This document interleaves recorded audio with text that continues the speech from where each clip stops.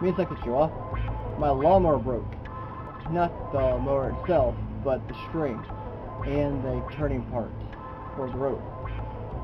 Real quick, I could say lawnmower in Japanese. Shiba kariki. It's a weird word for just saying lawnmower. I bet you it's just lawnmower in Japanese syllables. I'll show you what happened. What broke was this turning spot. Kept on going around and around.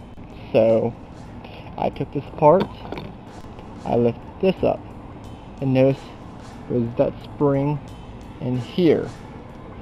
So just put it in there, and now it recoils. That's pretty much it.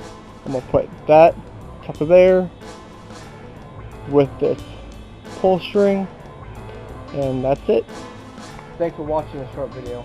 It's kind of crazy making a video about lawnmowers. So thanks for watching, and ja matana.